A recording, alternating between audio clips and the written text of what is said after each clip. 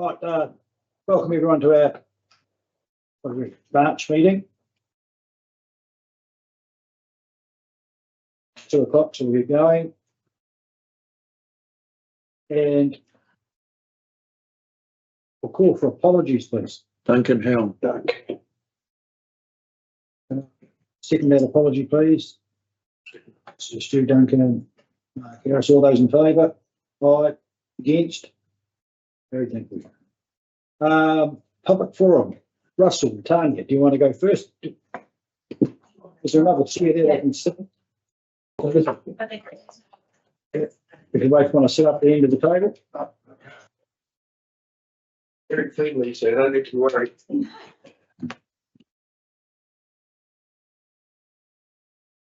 Yes. Do you know all the community boards? So,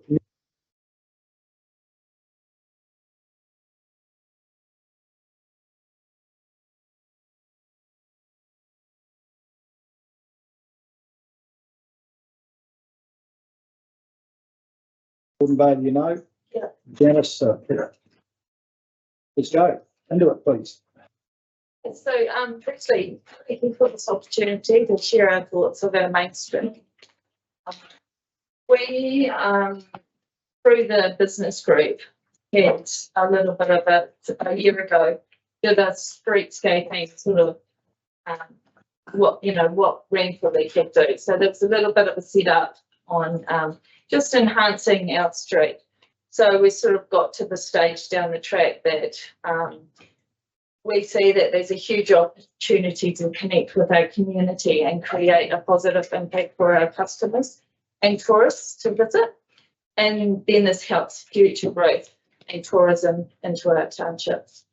So I've been working with Gordon to make sure that we can tidy up gardens, plant new when old have been removed, and it's been greatly helpful working with Gordon. So that's been awesome for us. I have shared some ideas on our current green spaces that the council has, and like creating, for example, creating a garden that is set up for music or for children or people to perform at and play at in a green space. Also like to address John Street access of the just the old cars everywhere, and a fence could help, or working with Tiaki into screen planting, screening them out. So that would be streetscaping that would help our little town immensely. We have generous businesses that will donate plants and also work with us on our streetscaping to no cost to. We'd like to support the streetscape feature. We get the lights up, the most important building that we see in Ranfurly, that is the railway station. We think it's critical for this, for tourism, for our community, for growth. So Gordon did suggest that we come to you guys and put our plans to you to explain, future goals of our street, and really it is to create Ranfurly and tourism to our region and a sense of pride back into our town. So often we hear that people have done this before and same thoughts for our township, and for whatever reason haven't achieved. I disagree with that statement, because changes were made in our township, our community. They chose to refurbish the railway station. When I grew up, it did not look like it is today.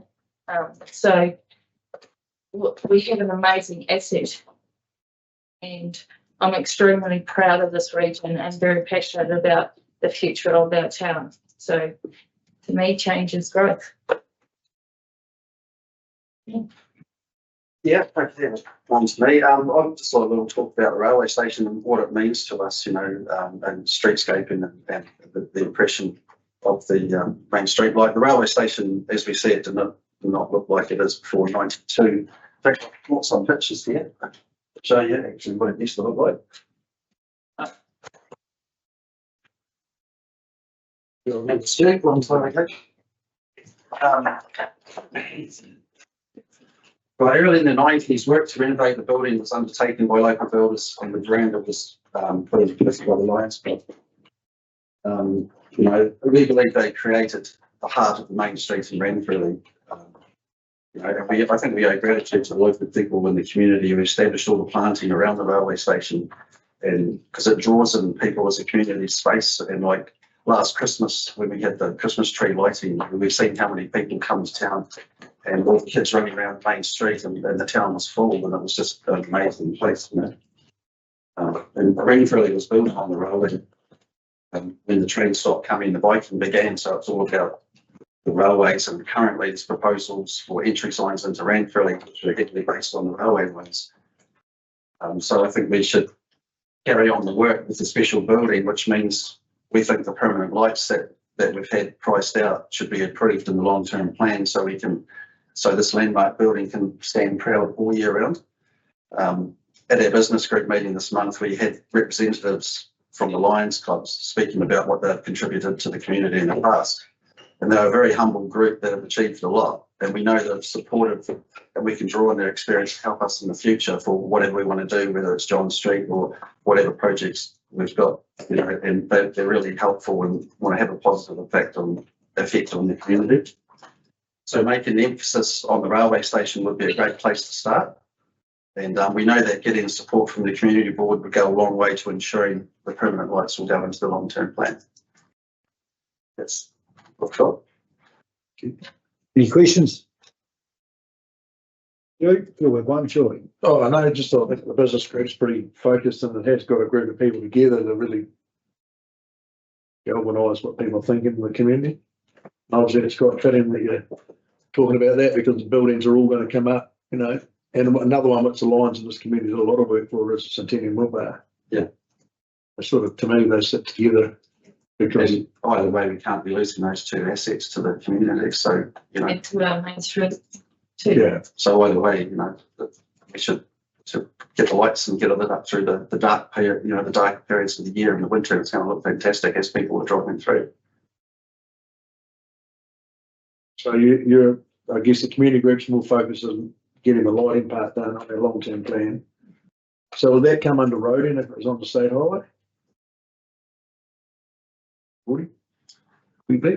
No, Janice knows about that. Yes, so yes, the light project for the railway station is in the long-term plan, draft long-term plan, and it's powered from the building itself. Oh, right. Anyone else?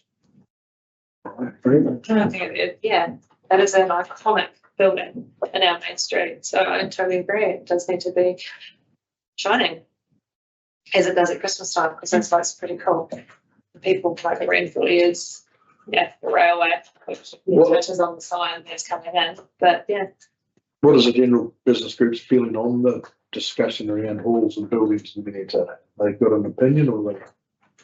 We've been keeping neutral at this stage. It's, you know, we want to focus on what we think we can help, and we think we can really help the railway station in that little area we've got on our side and that side and all around. And we have got, you know, some plans with the Eden Hall collection, with the Eden Hall steering group that we want to implement. And it would all add to bringing tourism in the area. And our main market is drive-through Dunedin, Queenstown traffic, and that's what we're really trying to drag in here and get their money out of their pockets. Yeah. and I believe, Stu, 100% that everyone would want to keep those two buildings that you mentioned. Yeah. You know, like anyone in the right minds, you know, like can see that they're massive assets to our street. They have to be protected in whatever way. So I don't think, yeah, that's a question. Really. Because I agree. I'm going to be better with it. Can we target rate back to ourselves? Mr. Coogan's employees. Sorry, what you asked? Well, this brings up a bigger discussion like we're going to get halls and that. Yep. But I'll be first to push it, is that if the two of them are on, one's not up for divesting at all, railway station's safe as it is, but the Centennial Milk Bar is not. But if there's passion in the community, can we target rate the Maniototo ratepayers like we used to for that one building? There would have to be. Right. Because the discussion at council around target rates and thresholds, those sorts of things. Well, because I guess So, yeah, I think the right place would be to put a submission into the long-term plan, community impression it, and then the finance can team can have a look at financials and what that means and give some advice to council in their decision making. well, I guess also that they may say we want to keep it and council decide that it's a status quo and the building stays. That's right. So, Yeah. Right, Right, thanks, Stu. Nothing else? Thank you, Tony and Russell. It was very good to hear from you. feel free to come back anytime you like. I will. How did I know you're going to say that? Thanks, guys. Yeah. See ya.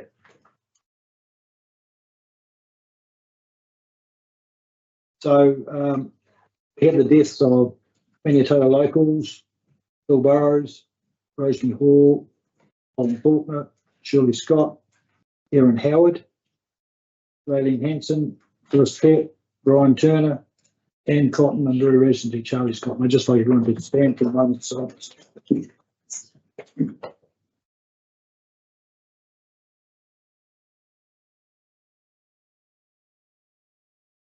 you very much.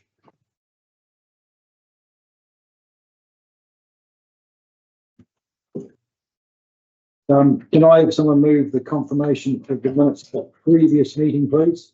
Yeah. To the seconder. Becca, all those in favour? Aye. Against? Carried, thank you. Remind members if they feel they have a conflict of interest in anything that is discussed, please say so. Right, Quentin and Holly.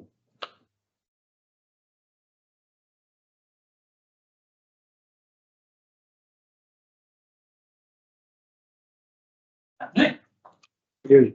Thank you. Yeah, just want to run through the speed management consultation proposal today. I'll be taking the report as read, but just want to go through a quick summary. So as I presented to council in December last year, unfortunately our previously approved speed management plan was nullified by the setting of speed limits rule 2024. We have since been able to proceed under the new rule with school speed limits if the main gates are adjacent to a local road. And there was strong public support for the speed management plan, so we are looking to move forward with it as best we can. What we've done is we've gone through it and where we can, we've maintained the speed limits as they were proposed. But just making sure that they're tweaked to make sure they meet the new rule. This ward, Churnside and Aitken Road in Parirora are unchanged as it's the Otaroa changes. And there is, however, an amendment to the 50-kilometre section on the Ranfurly Parirora road, just to align it with the school there. However, largely things aren't overly changed, and we are looking to go back to consultation with those. So just open to any questions that you might have on the proposal.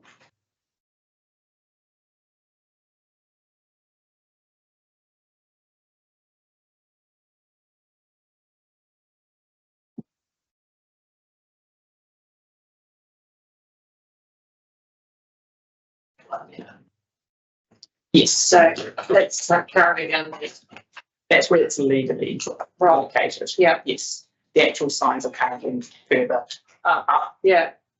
Which is not compliant with either what's the speed limit is, but also with the school further up with the new signs. Yeah. So what we're proposing is to shorten the extent. Yeah. But align it with the safe sort of stopping speeds in school. So the area school have got their new speed limit. So what happens for the school down here? Like, so because of the category of the school, yeah, the 50 km an hour is actually sort of compliant under the rule. Yeah. It doesn't drop. Okay. So that's why the new signs that you see, they flash when school drop off time, that is rather than changing the speed limit. Oh, okay. And that's where we're wanting to change that speed, so that they're the correct distance from the school to allow stopping time. And the category schools just defined by how kids come and go to the school, so they're not actually crossing Renfrew Road to the school. And they have, when parents are dropping off, they have sort of that pull-in area and everything like that. Yeah. I mean, being on the edge of the urban area is kind of, it could go either way with that, but another example is Paul Burns School in the Haida Valley, where you pull in the gate to drop off, that has a 100k down to 50k speed limit change. Whereas this one, it was just important to make people aware that kids were coming and going to school with those flashing school lights, as opposed to necessarily a speed reduction. Yeah, no, it's cool. Did we set Cane Brand, didn't we? That's we did, but that got nullified, so we're back again under the new rule, and that's where, to meet the new rule, 40 is now no longer an option. It's 30 k's for Cambridge. Yes. Yeah. They made it 30 though. I think they have some unofficial 40 signs. Yes. But the legal speed limit through there is not that, and we're looking to reduce that speed limit to align with their thinking legally, Which would be 30. which will be 30. Once you get to the rural residential portion. So where St Bethan's was 70 or 50. So there will be also changes in St Vincent. So council will receive the St Vincent Community Board's seen the plan changes for the Vincent area, and then obviously this will go to council as well. But for St Bethan's, there is, just in terms of complying with the new rule, there'll be the reduction in speed limit past the pub there. Instead of being 50, that will be 30 kilometres an hour past the pub, and then it will increase in speed from there, as well as the approach to St Bethan's will change slightly as well. But those maps will be in your pack as well, just a bit further down. Yeah, St Bethan's is the sort of strangest looking on the map, and it's just because the new rule is very prescribed as to what you can and can't do. So we had to just go through and get the closest match that we could under the previous SMD. I had a yarn with the lady up there who put that submission, can't remember her name now. But both the Aotearoa community and the St Bethan's community were chomping at the bit to have the speed limits reduced in those locations. So hence, obviously, we're heading back out to try and get these done for those communities that we're really, hoping to have those in place by now. And we're in the same boat, hoping they would have been in place by now too. So St Bethan's is Vincent discussion and Dewhurst House. Yes. But it's obviously council discussion, but we've just gone to all the boards just to make sure that we haven't missed anything, or if there's any other roads for consideration, we can feed those into the process for council. And we'll be looking at either the April or May meeting for bringing the whole package to council to then go out for consultation again and reforming the speed management panel as well. So the major change will be in the two, with the 70k zone will go to 50. Correct. Right. And the other bits, we're just going to move a bit of the. Yep, just to align with the school. Is where the 50k is going to be. The 50k about there, it'll be there. It's going to come back to where it used to be. No, it's about halfway in between. Oh, okay, right. Yep. And it's just around just the safety of the school zone in terms of people giving enough time for people to back off. And then the other walkouts are in there as well. Okay. Yep. Everyone understand that? Mhm. No problems? Just a cop, I might sit down here. Yeah, get some tea.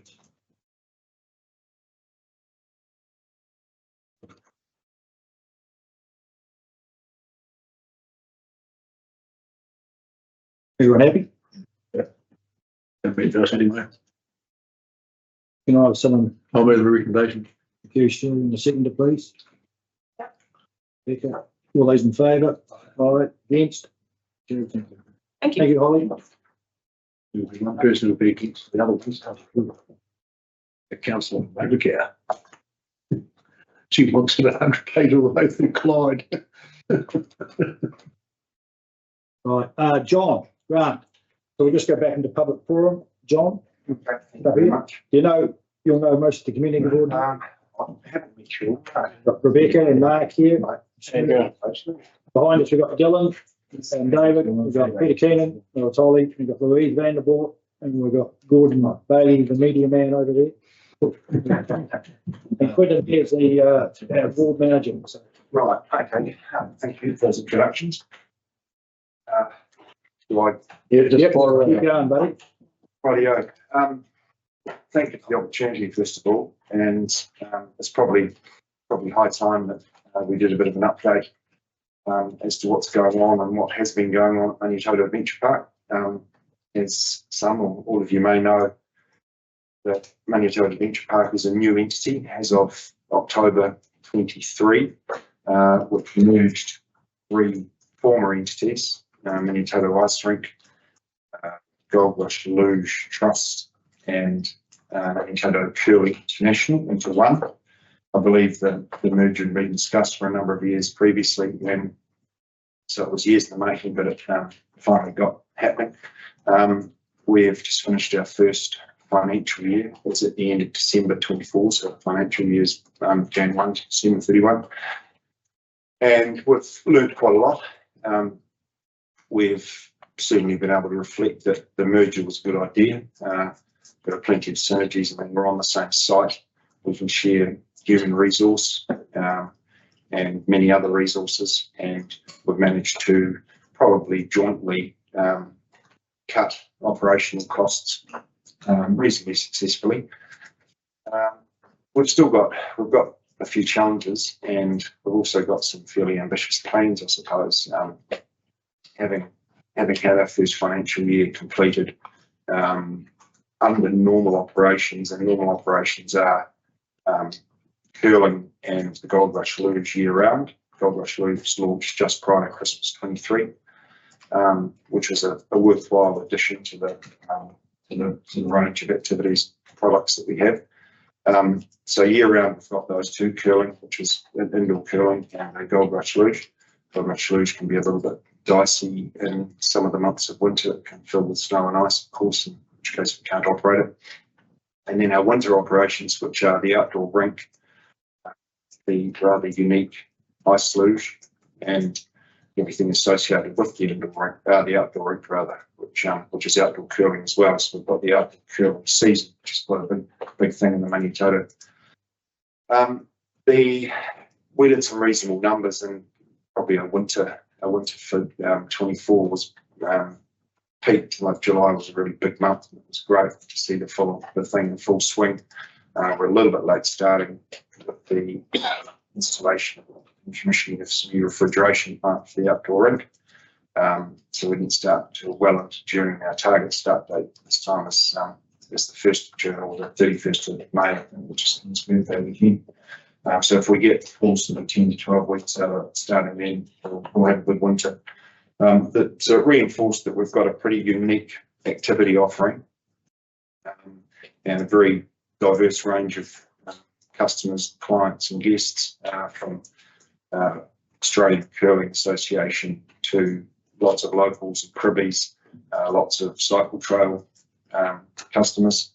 And so we've got and school groups, corporate groups, even for team building activities and functions.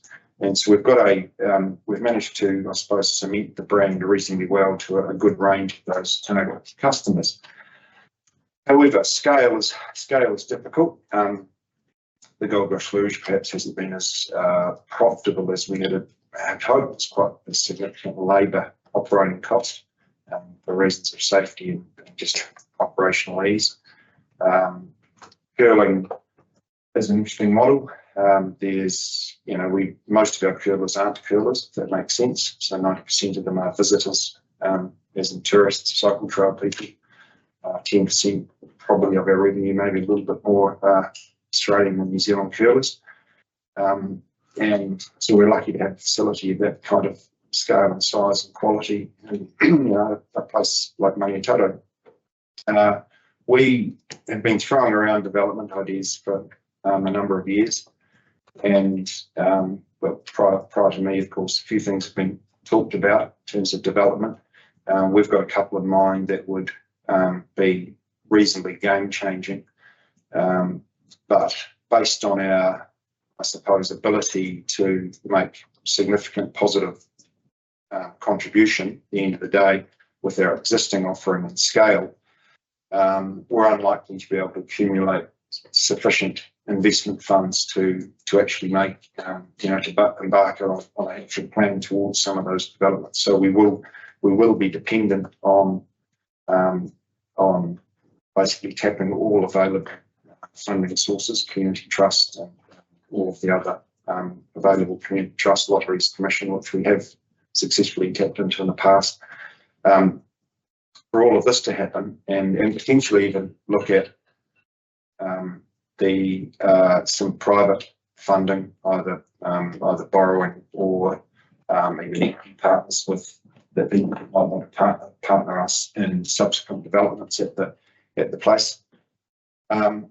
But for all of that to happen, we need the council, we need the support of the community board, we need the support of the community board, and the council, as our landlord. We currently have 2 sites that we lease from the council, but the property division is in the process of merging them into one, just to simplify the relationship now that we're one unit. So that's happening.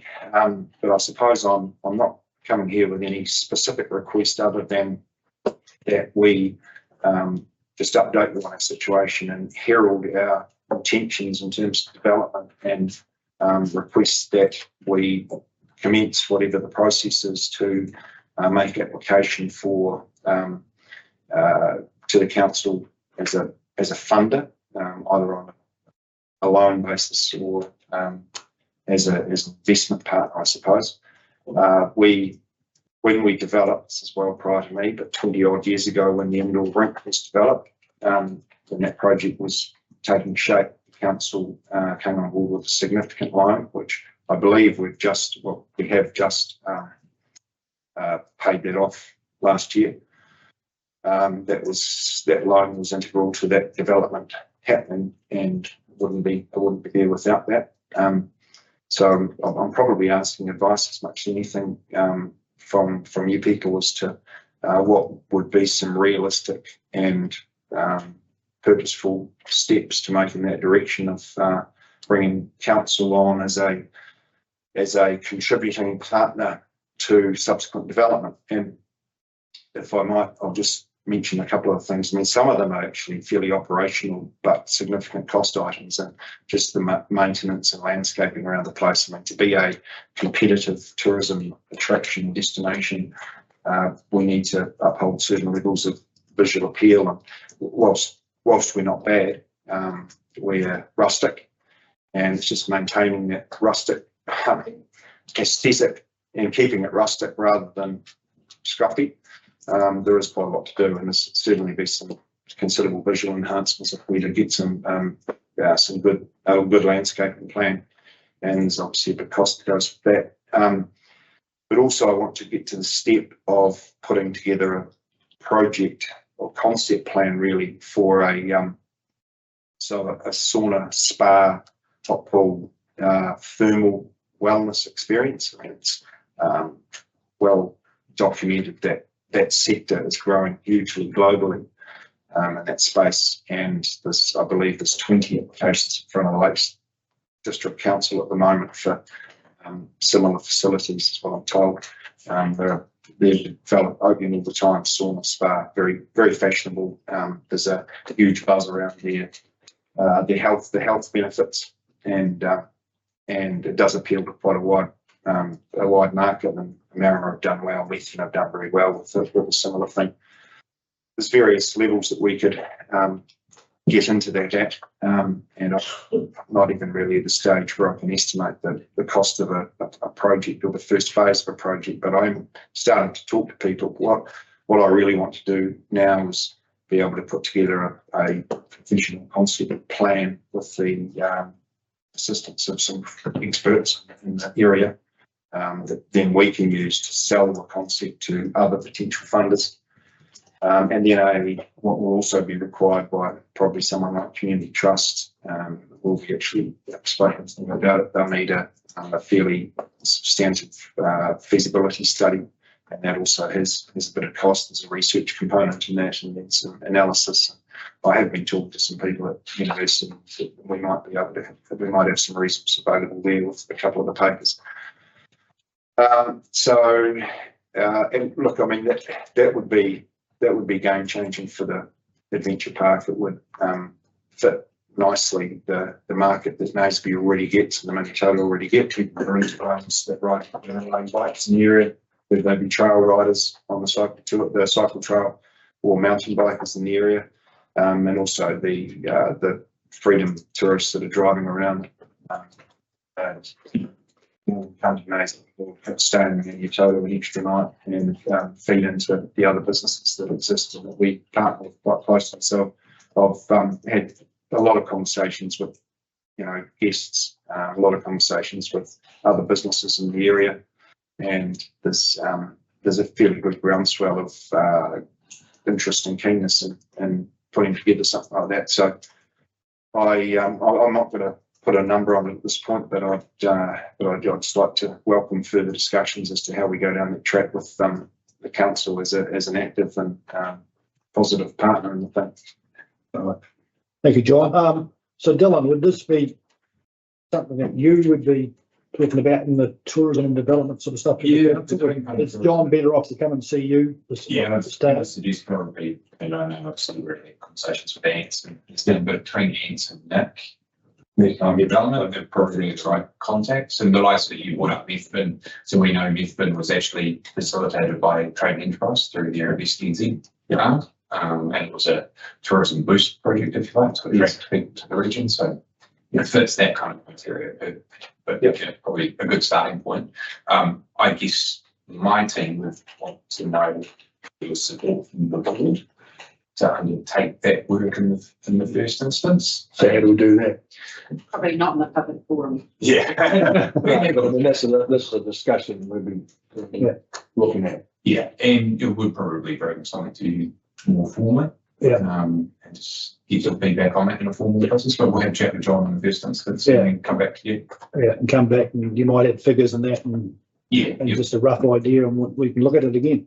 And just to the chair, I believe the next funding clinic, I think there was one in February, but I think the next funding clinic is September, I believe, which sort of brings all those for the community. So the different boards, there's obviously the funding clinic, which has like a Otago community trust and lottos and and different things like that, and brings all of those together in one place to come and ask you questions around what's needed and who's willing to sort of get a steer on how to get supported by those funders and everything like that, which could be a good avenue if you're, I guess September gives you a little bit of time to get a bit further down the process. 21st of August. So we need to possibly, if that be the case, but this is probably, if we got a long enough window plan, there's something we could apply to a grants funding as well. If it's a 5 to 10 year business plan, we can apply to our grants policy for 5,000 for this part of it. Yeah, absolutely. But our grants, we give grants that we can't give them retrospectively, we can't get to our applications in of what it looks like, so we can pull out part of the arrangement and part of the grants. And a big one's been Naseby. There's been a lot go through the curling rink, and early from the grants policy and in the hospital. They're quite big ones, but we've got to sort of have it in front of us so we can rate for it. And I guess through Rebecca would be a good connection as well. Conversation. And it might be, John touched on the need to develop out business cases or feasibility cases. It might be something like that. Yeah. That might be build business case. But yeah, we'll have a chat. Because the curling rink and all of it was a bit disjointed for a long time. Yes. Well, Gerald Dowling was a line they always keep coming forward. It's good. Absolutely. But it's taken a long time. The curling rink, a volunteer working in there, so it's good that it is together. And it's good there's a chance for it to grow. It's a great facility, and it's obviously picked up a lot of media coverage in recent times. So it's going. It is. It's magnificently unique, really. Which adds to its value. Right. Thank you very much, John. Thank you for your time. Thank you very much. Yeah. Appreciate it. And don't forget to come back. No, okay. Just this is the format. Yep. Relax. Yep, nice one. Thank you very much. Cheers. Patrick. Thanks, John. Thank you. Afternoon, everyone. How are we today? I haven't got an official report, it's just an update. That's about the Protozoa barriers project. So a report went up to council on the 29th of January. And that was to approve the procurement method for those two projects. So we've gone ahead and done more design and procurement preparation. We advertised the tender where we are putting both projects together under one tender. We advertised that on the 20th of March. That closes on the 1st of May. We're doing 2 site visits for contractors to come and actually have a look at the sites, because we've stipulated in a lot of our critical projects like this that the contractors need to come and not do just a ditch exercise when pricing these jobs. They need to come and have a good look and see what the attributes and risks of each site are. So today we had our first site visit and we had 7 contractors show up, so that was pretty positive.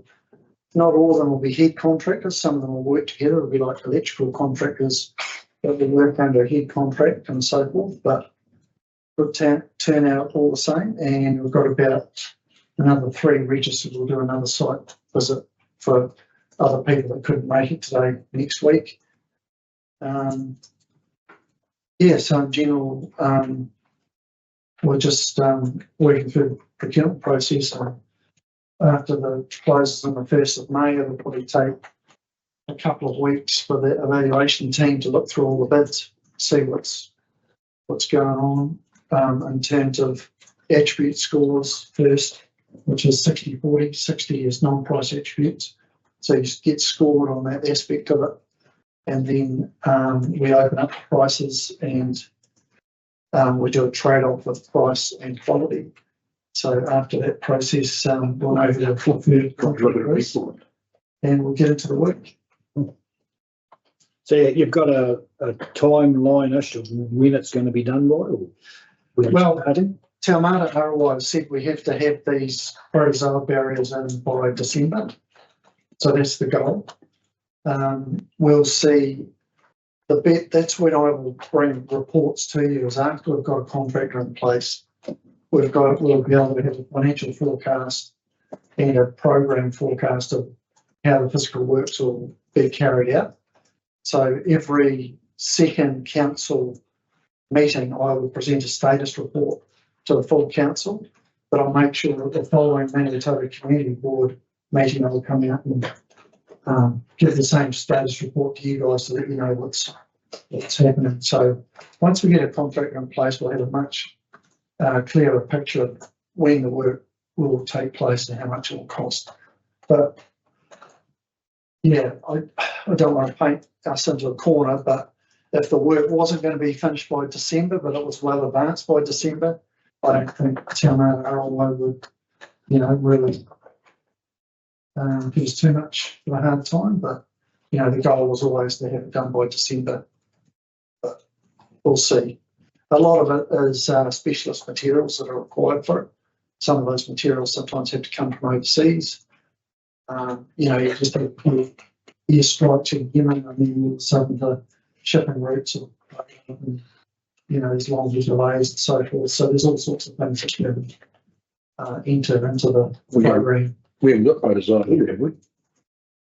No, Glory clear. at some stage. What's that? We could. Oh, we could at some stage, yeah. There's no denying that there's a risk of it. Yeah. All of this stuff coming in, right? We won't the only council doing it. No, there's a lot of councils doing it, yeah. And one of our other projects here at council as well as in Cromwell, there's another protozoa barrier. I mean, all these projects have been in the long-term plan for quite some time. And when we first did the business case work for the projects out this way, the projects were full of belts and braces and membrane plants and everything. They were quite a lot more expensive. But with the new changes, we've been able to take a bit more of a pragmatic approach to the design, more of a risk-based approach. And they won't be as expensive as what we first thought they were going to be. So they'll still won't be hit. So, you know, we've been able to, you know, like I said, take a more pragmatic risk-based approach, which won't be as expensive as we initially thought in the early long-term planning costings. You'd say, well, with you, so you're just going to hook into the old, like at Peter Wright, the existing pump line and bypass the old. Yeah, we've done a lot of work with concept designs. We did some trials with filter treatment and so forth. And what we think and what we've got in our design are like containerized plants. So a large container with all the materials and the UV and everything built into it, and to be able to hook into retrofit into the current setup that's there, rather than build a whole new water treatment plant. We think we can bolt into what's there existing. Yep. And that'll be very similar up here. You'll just bypass, hook into the old plant that's up there and run it through. It's just same. Well, you won't. You'll take the old plant offline, but some of the systems in the building and that are there can be fully utilised. Yeah. Good. Do we ask what a rough estimate cost is, or we're not allowed to tell us that yet? Okay, that's it. So we won't. We've done estimates in our budgets for budgets, but in all honesty, we don't know until we get these prices back. Yeah, that's all right. People ran to do all the work, all those councils going to be doing this. Well, we've got a lot of interest.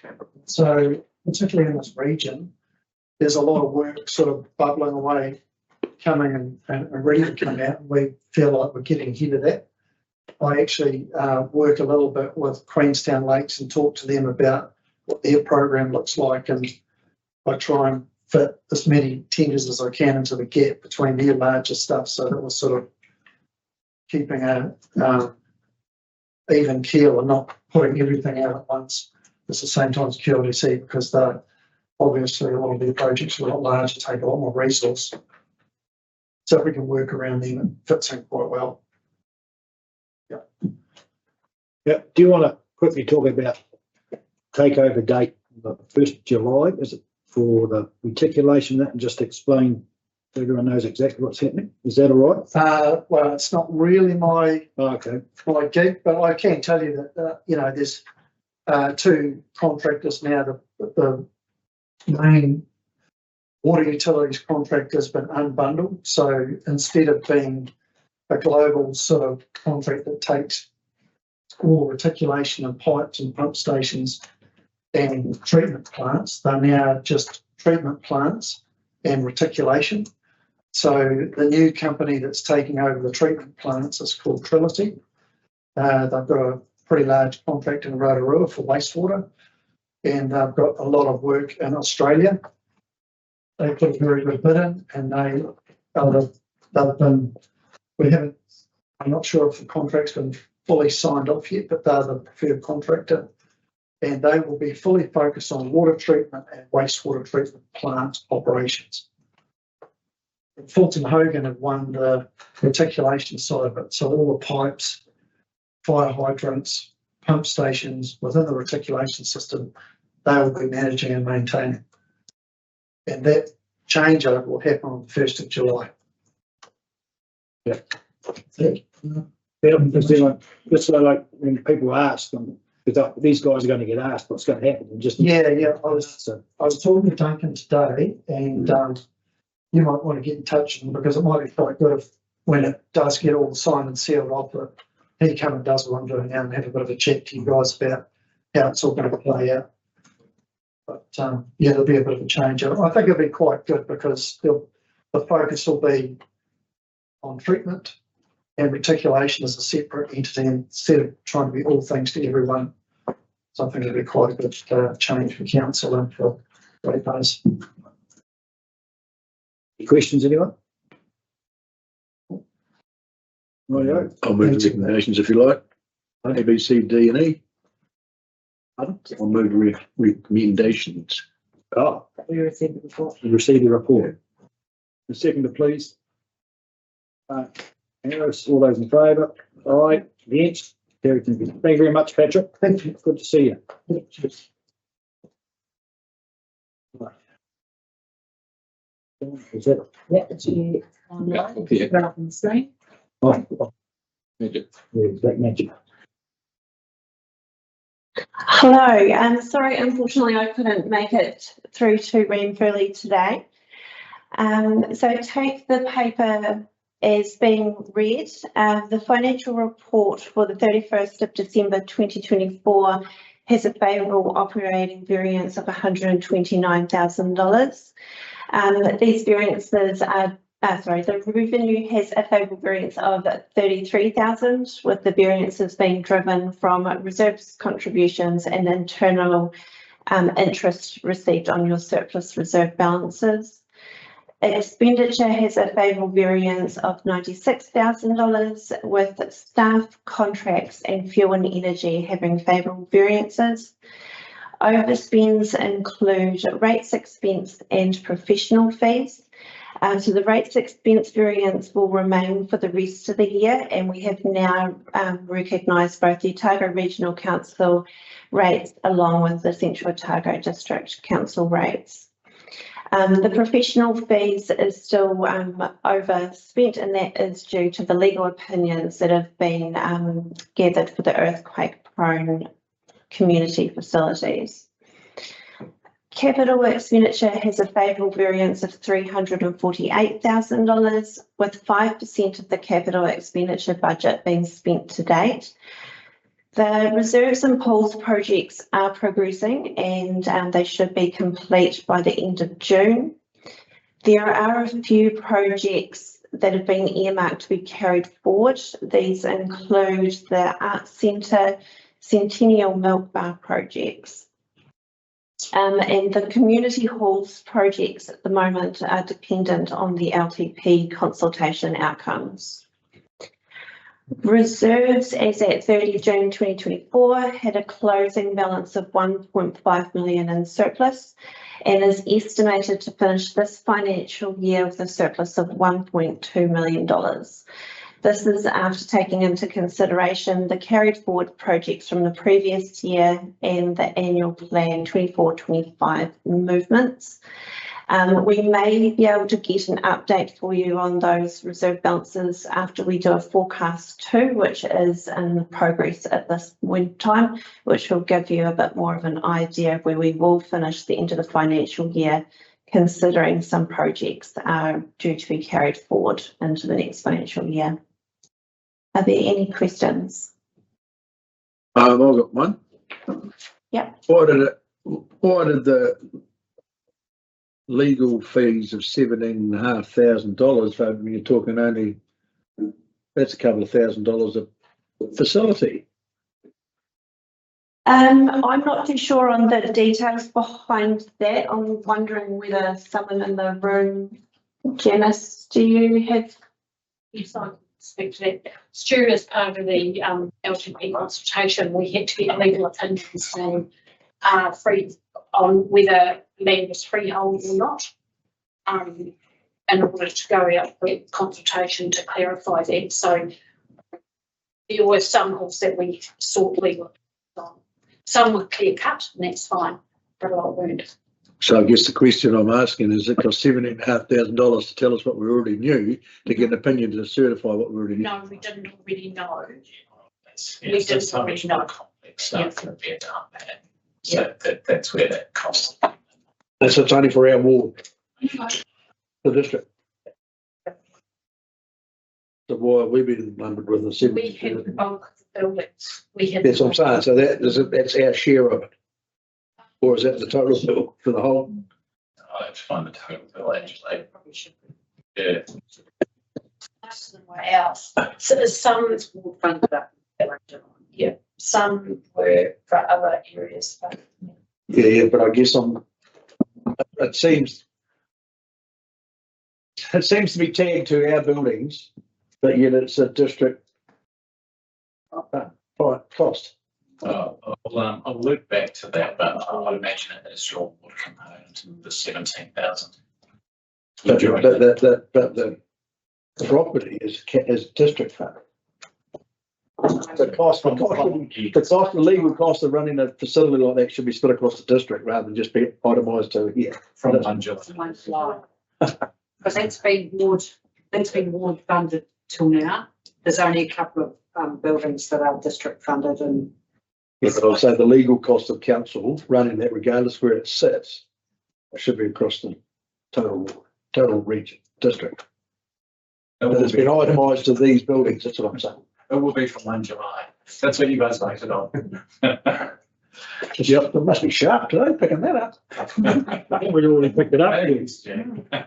Well, that's got to be careful when it costs going what we're going through, because it's a council assets we're looking at divesting. But some of them seem to be in their ward, but the cost of doing that should be spread across the whole council asset base. It's only 2 here that are council assets, eh? You don't feel this one? The halls are a council. Yeah, that's what I'm saying. Like, we've got to be careful that we're not getting disproportionately laden with the legal fees that are district wide. Same. But it all comes into Central Target District Council for the work done on the halls, but yet it's been tagged to the halls. I just hope it's not selling a cost line that's going to go against us when we look at it. You'll be very sure. You're doing right. That's dead right there, David.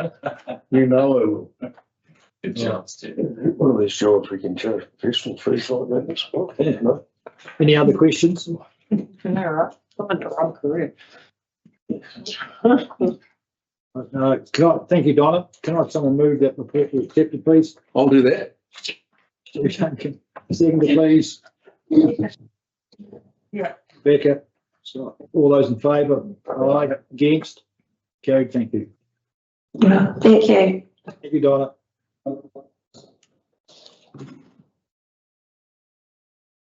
Mayor's report, is it? That's so bumpy. That's all right. Go to me then. I haven't been doing too much. So me and Gordon caught up with Tanya and Russell one day, talking about gardens, fences, etc. You'll talk about it later on.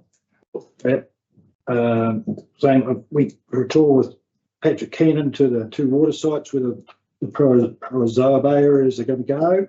And what's his name? EJABS was there. It was a very interesting day. I had a meeting with Joel Dostra, Porthaven today actually, about Naseby water main. We're through the Hawkins irrigation, turning the water off for a week or so. Sorry, running at a limited supply. So we're just going through that process about how that's going to work. Caught up with the chairman at the Churaho Domain about the tennis courts. Has he been to see you, Janice, or called you? No.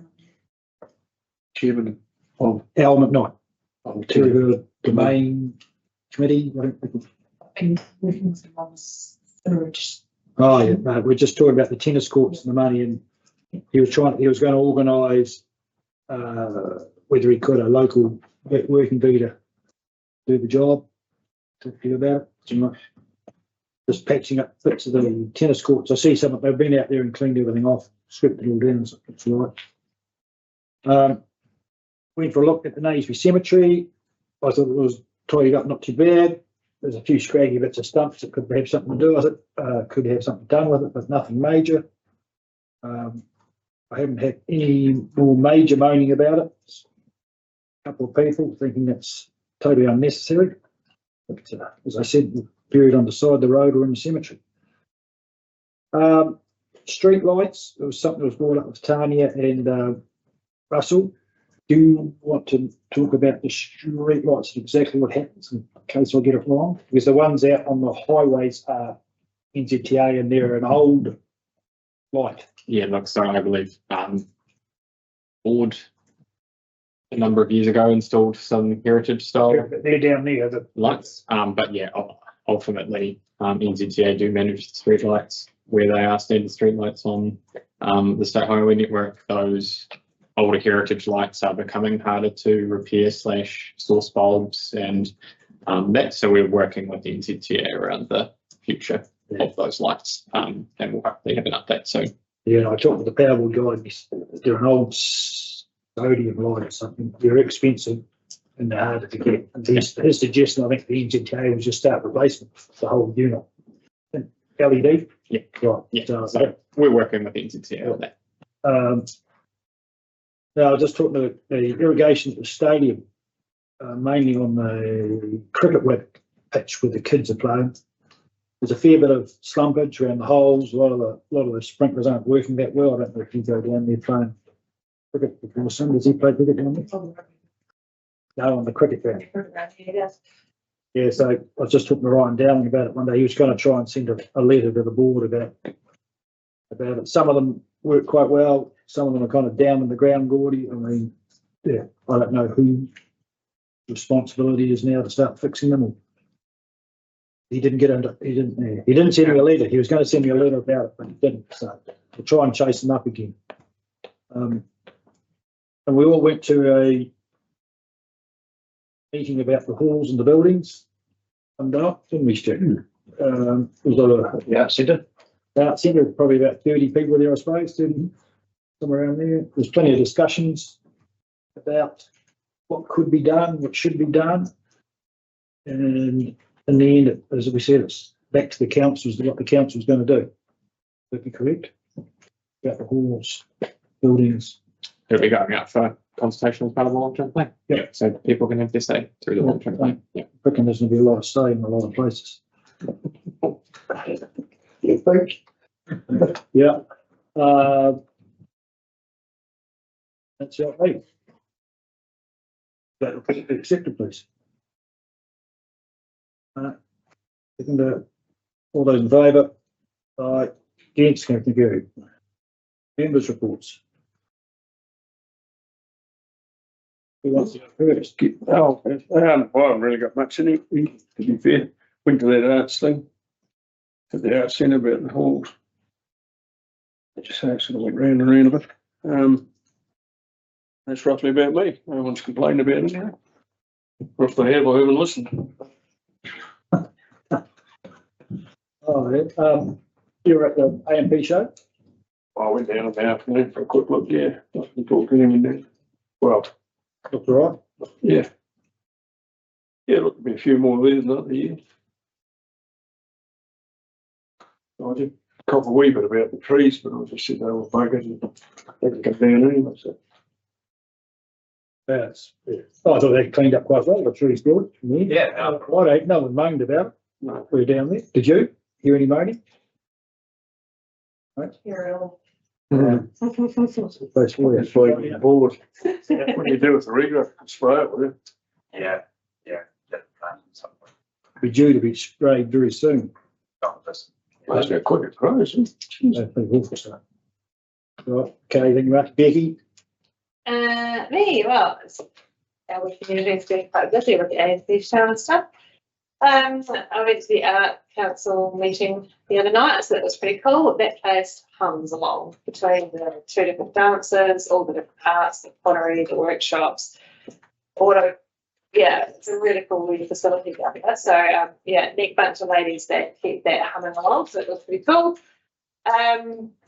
The swimming pool, it's just increased its hours now until after Easter, which is even better. It's been an incredible season. So we've had good hours. They've been open all the time. We've got great staff. I think, am I right in saying it's doubled its revenue? There's something, isn't it right? It's just all, yeah. But I'm pretty sure Sarah, who's the team leader over there, said that she was, patted on the back really, which is pretty cool. So she's done a great job. And even more exciting, next year we have 3 adults that want to train as lifeguards and a couple more kids coming back through to train as lifeguards as well. So the old wagon wheel of the hours is enticing good staff. So yeah, really cool, positive vibes there. And then I was a part of the web group that have been doing this Rainfully sign that's been kind of talked about. So I've just got a couple of copies of this. So this is the draft plan that is out now for. So that goes along with Tanya and Russ's. So that's just like the draft plan that we've now signed up, goes along with the railway. Of Ranfurly, it's pretty iconic.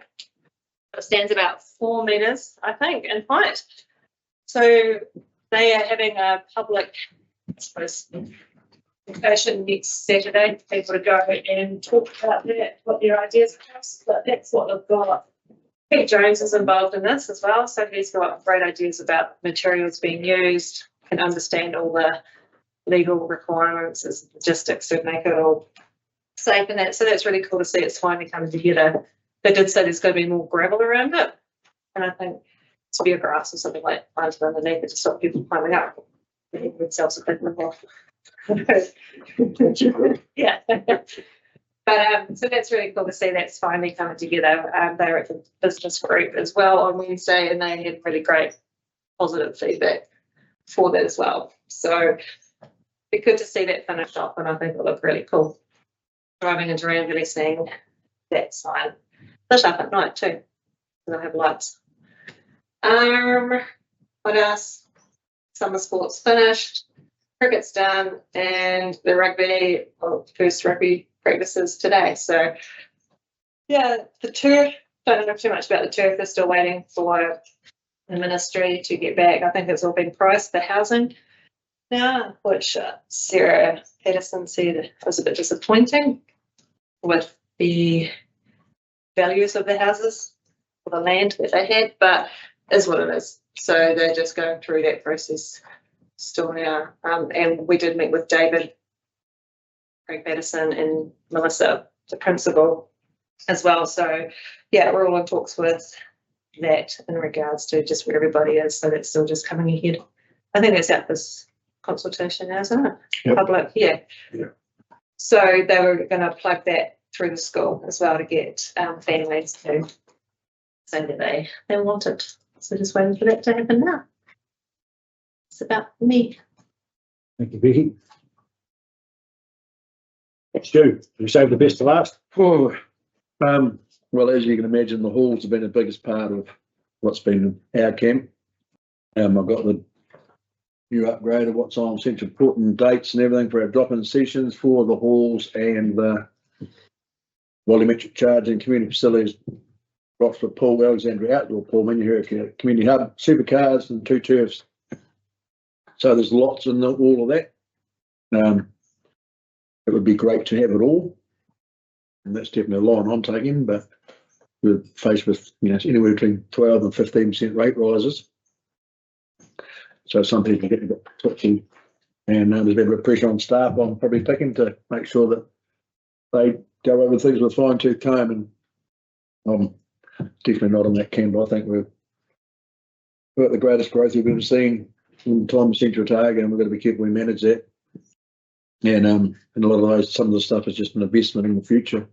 I think we've got to look at it that way rather than cutting our costs. And you see some of the tenders are just coming in, I think soon, for the Oakau hub, and some of them, there's plenty of interest for what Patrick is saying and building them. So there's a competitive market there.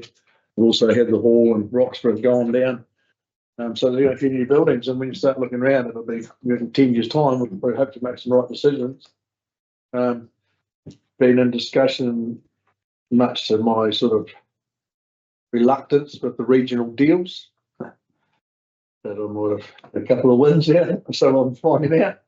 And that was quite an interesting conversation because I said at the deal meeting that I'm a ratepayer in Queenstown. We're through there the other day, and they've got a lot of issues in Queenstown, and the Otago Regional Council were trying to sidle up to us as well for a regional deal, and I just felt that in the rural region, the regional council has been one of the biggest hamstrings for economic growth we've had in the last 10 to 15 years. And I've been the first to criticise them for failing to do their job properly in these outlying areas, whether it be catchment work and rivers or trees or willows. And we've seen in our bridges where willows now taken down, and that was a catchment job years ago in the regional council. So to be sort of forced into a group to be having discussions with Queenstown, who have got major growth issues, are a completely different animal. And I just felt how we linked in, but there was a lot of things that we did have in common. And I brought up the other day, and I'll say it again now, that, we look at the airport in Terrace was proposed. So that should be in the regional deal, and it wasn't discussed in the regional, one of the items of the regional deal, but Dylan tells me he had his phone was running hot from people around the Queenstown and the government and the process, we're asked coming in about that conversation. We're going to look like we're having, definitely, I think, going to have a gold mine of a massive proportion of billions of ounces of gold sitting in the back corner. So, well, I look at all this stuff we're talking about now, we're only just starting the growth trajectory of Central Otago, and that's going to be hard because while we haven't had it here, it will come here, and we've got to start looking and have those discussions with Louise has gone about the district plan, spatial plans and that here, because it's a lot of growth. So it's been a lot of good conversation in that, but some of it's been pretty fierce, I'd argue. We had a first meeting in Ranfurly, the council meeting yesterday. It was really good, and it was good for some of the council laws to come from other regions to see what A, where we are, but B, to realise that you've got to leave an hour and 20 minutes early if you're going to go to Cromwell, like every mum and dad does, taking kids to sport.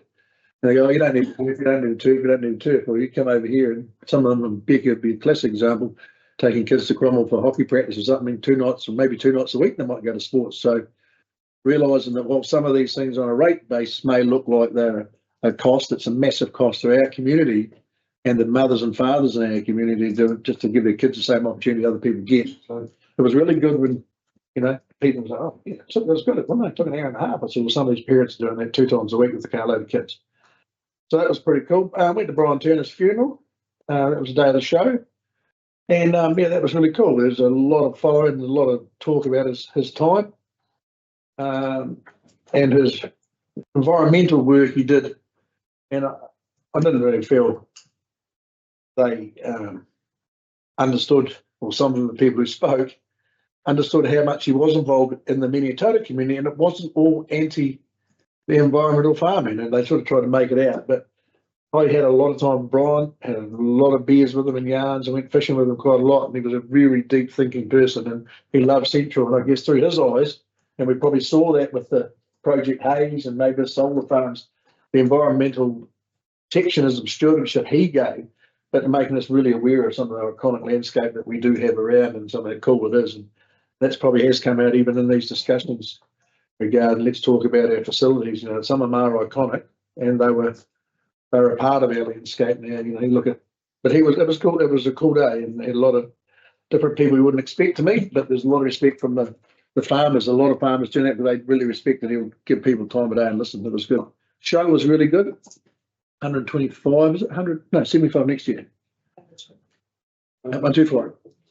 Yeah, so it was really good to see the numbers are up, and a lot of that was, so they're doing a really good job. And other than that, not too much really. We're sort of going to be meeting out and getting these discussions and budgets. But I do think there's a lot going on, and we've got to be careful as a council that we're not just treading water because there's a lot of work. I know Dylan's tied up with the regional deal stuff, and it's work that got chucked on us by the government that wasn't there in a part of a long-term plan. But you know, when you look at things like the supercars, and I wouldn't be a favour of putting ratepayers' money into it, but a week after Warbirds over Wanaka, you got some of the wealthiest airbirds and people like that, and the tourism of Central Otago and petrol heads coming out of Aussie, and Central Otago is putting on a pretty big map and a pretty big stamp on the top of it. So these wee things like you're talking about with the railway station and the signs into Ranfurly will mean something one day, and I think it's not far away. Other than that, that's about me. It's been great rain, it's been great autumn, so livestock are worth a bit, so the money should flow through the real estate, Brightsons and CRTs and the mechanics and engineers again. And hopefully we got over COVID 5 years ago, Monday, wasn't it? We got shut down, locked down 5 years ago. So yeah, so hopefully it was onward upwards, and agriculture's looking good, which means that these wee communities should be coming along again. That's about me.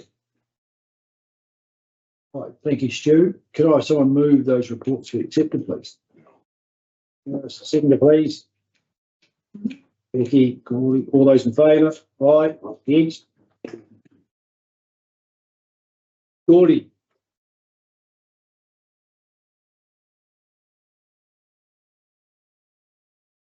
A little bit operational, but You always got to have an update for. yeah, that's right. So, where, as Rob said, we had a meeting with Dan in Russell about yes, tidying up or renovating flops around town. So we're going to do that.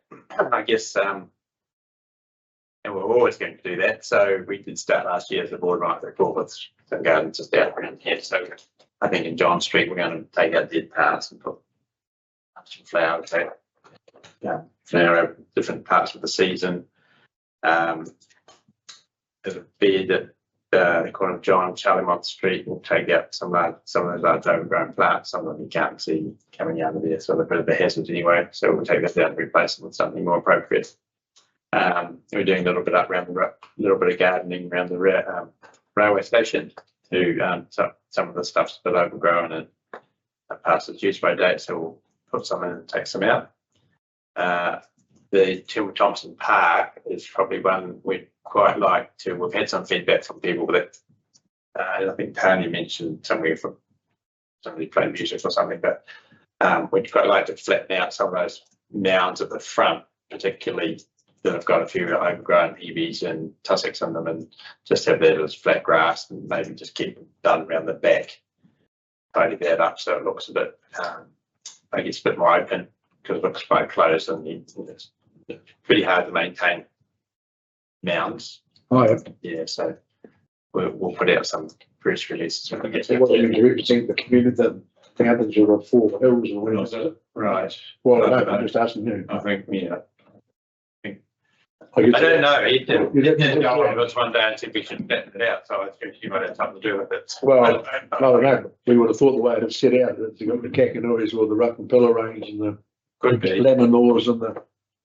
So I guess that it could be true, but it's not a functional space. But yeah, That's nice. I think we could make it more functional. Sometimes it feels like we come down here, we're not a functional place. Look at that, for some point. And the corner of Hand Lane and Charlemont Street, on the end of Lions Park, is a whole lot of old trees on the corner. We want to say again, I think there has it coming out of that road, but they don't add anything, plant something that better in there. And I guess the bigger one would be in Dungannon Street. The whole row of whole street full of golden elms are always into the power wires, and we're continually pruning them every other year. Quite a cost, and we're suggesting it might be better we took them out for something appropriate and We even John Sam has one. I'm doing anybody. When we get a lot of He wants every tree randomly cut down because they fill up the drains with water and make mess. but they are the wrong tree in the wrong place, unfortunately. But Make the right tree in the right place, put them on a hole. yeah, so I'm not sure we'll get that done this season, but we'll. Is it something you just start at kind of one end and work your way through it? Or Yeah, we'll consult it. Under the tree policy, we need to consult the residents of that street. But we would start at one end and go the other. It goes right into the Maniototo Park as well, because they were all under the wires. I'm not quite sure why they got that as best we did, but they have been.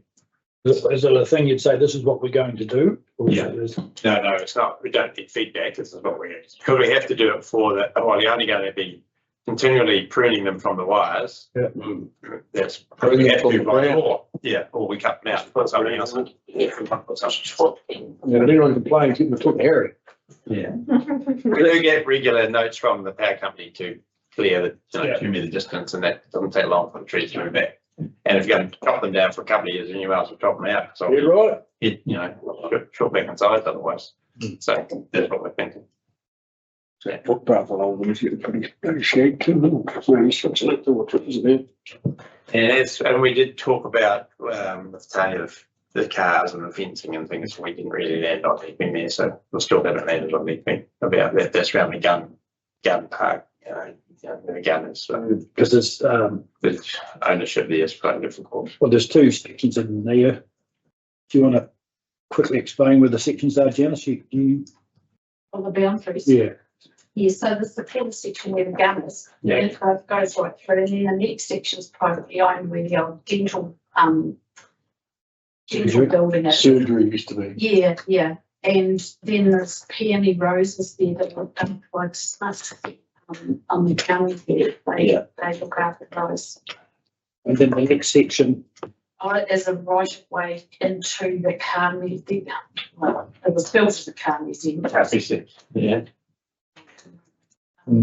and that's owned by Tony, Mr. Vanderbilt. and about that, so.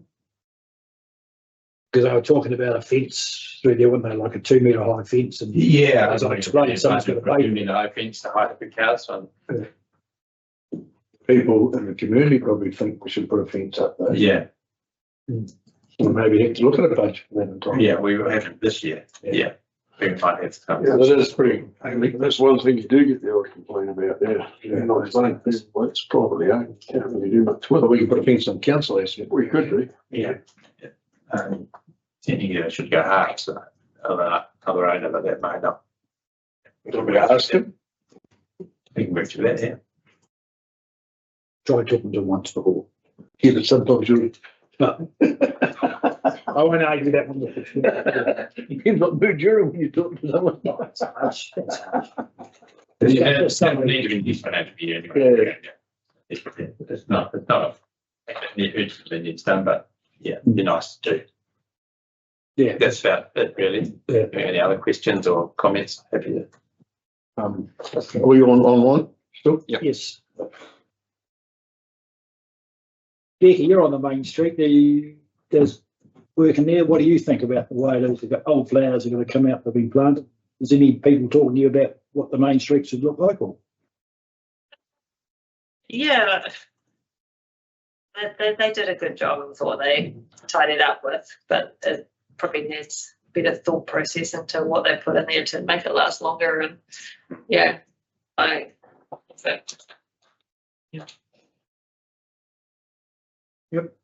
Just a plan, eh? Yeah, we'll try to think, I guess shrubs rather than annuals that, have seasonal, displays, so Yeah. do different things at different times, so. Yeah, it won't be much in the winter, but spring, autumn and summer should be fine. Yeah. What are you looking at me like that for? I'm not, no, Yeah, it's just look at your face. a group of passionate about general tidy up of the Ranford region.